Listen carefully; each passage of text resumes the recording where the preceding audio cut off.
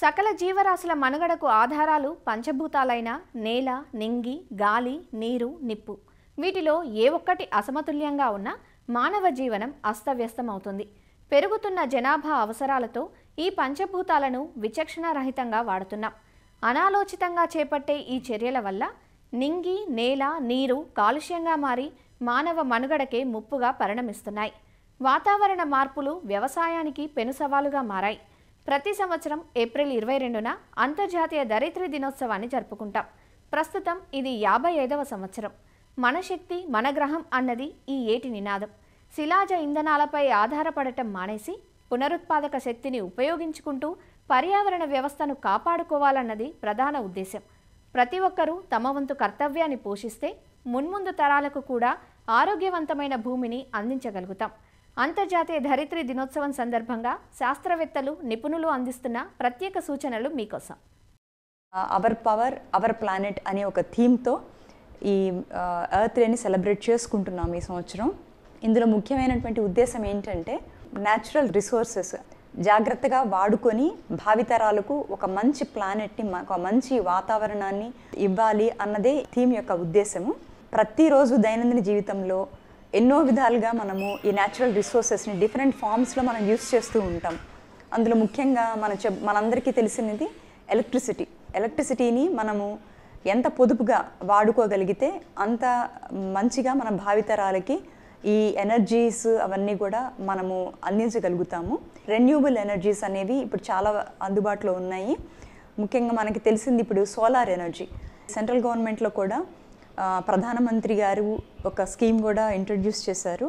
అందులో ఏంటంటే ప్రతి ఒక్క గవర్నమెంట్ ఆఫీసు, ప్రతి ఒక్క హౌస్ హోల్డ్కి కూడా సోలార్ రెన్యూబుల్ ఎనర్జీ ద్వారా ఎనర్జీ అందించాలి అన్న ఉద్దేశంతో పథకాలు కూడా ఇంట్రడ్యూస్ చేయడం జరిగింది.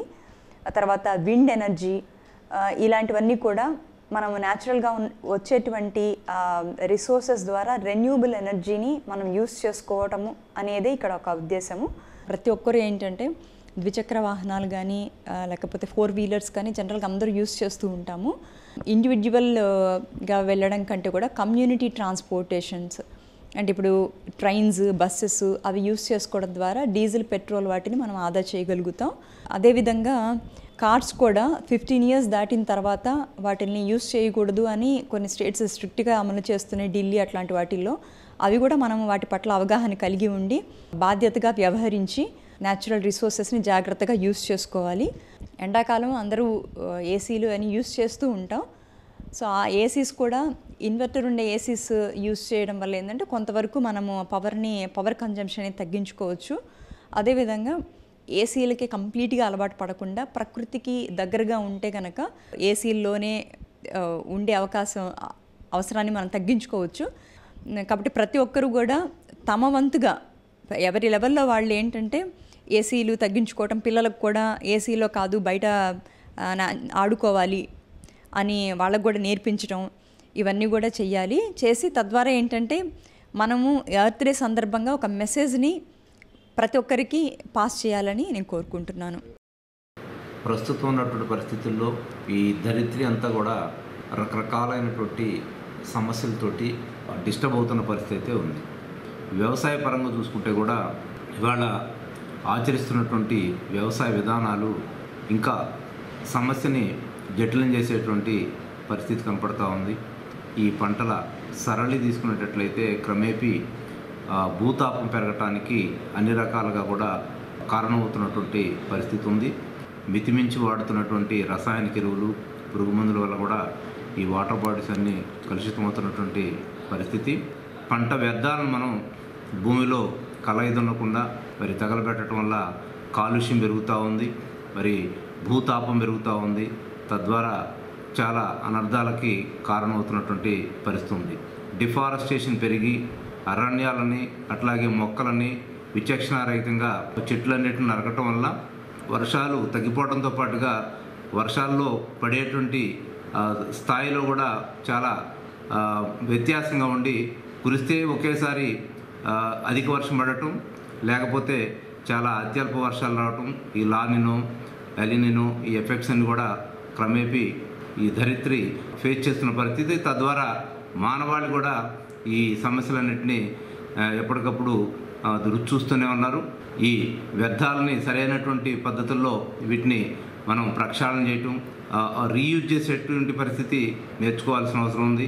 ఇప్పుడు రైతాంగం కూడా 365 డేస్ గ్రీన్ కవర్ ఉండేటట్టుగా మరి పంటల సరళిని మార్చుకునే విధం, తర్వాత మల్టీలేయర్డ్ క్రాపింగ్ విధానాన్ని కూడా వీలైనంత వరకు ఎక్కడ అవకాశం ఉంటే అక్కడ మనం ప్రమోట్ చేయటం, తర్వాత వైవిధ్యభరితమైనటువంటి పంటలతోటి భూమిని ఎప్పటికప్పుడు మనం ఈ గ్లోబల్ వార్మింగ్ తగ్గే విధంగా చేసుకున్నట్లయితే ఈ ఎరువుల వాడకం, ఈ పురుగు మందుల వాడకం వీటన్నిటిని కూడా నివారించుకోవచ్చు.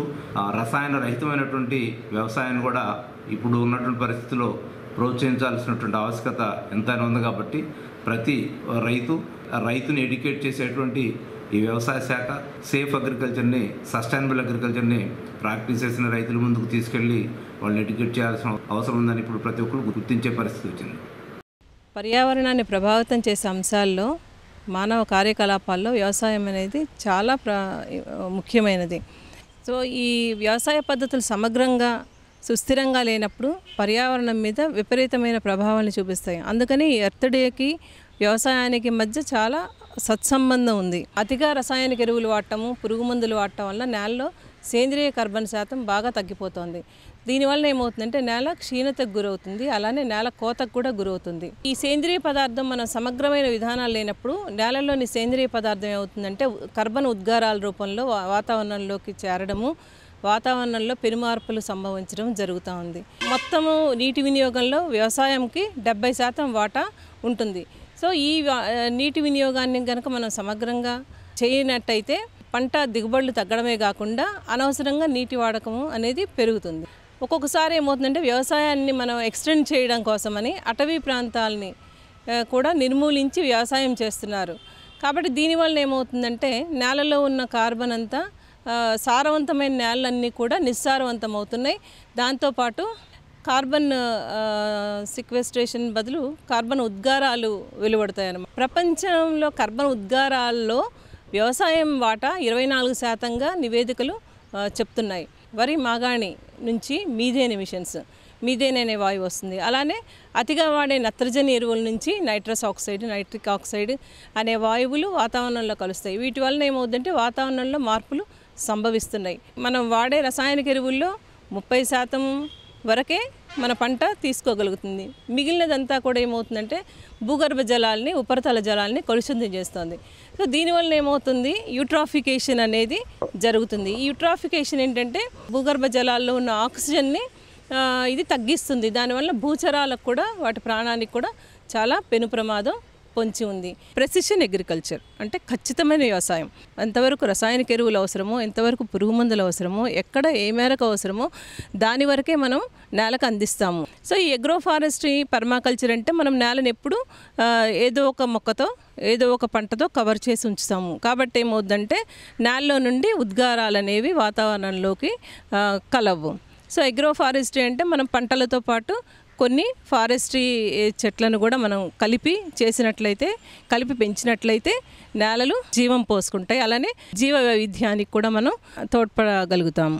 సో వాతావరణ మార్పుల్ని అధిగమించడానికి లో ఎనర్జీ ఇన్పుట్స్ని వాడటం ఒక ఎత్తు అయితే, రెండో వైపు పునరుత్పాదక శక్తి అంటే సౌర, పవన, జల విద్యుత్తుల్ని ప్రోత్సహించడం కూడా ఇంకో మార్గం.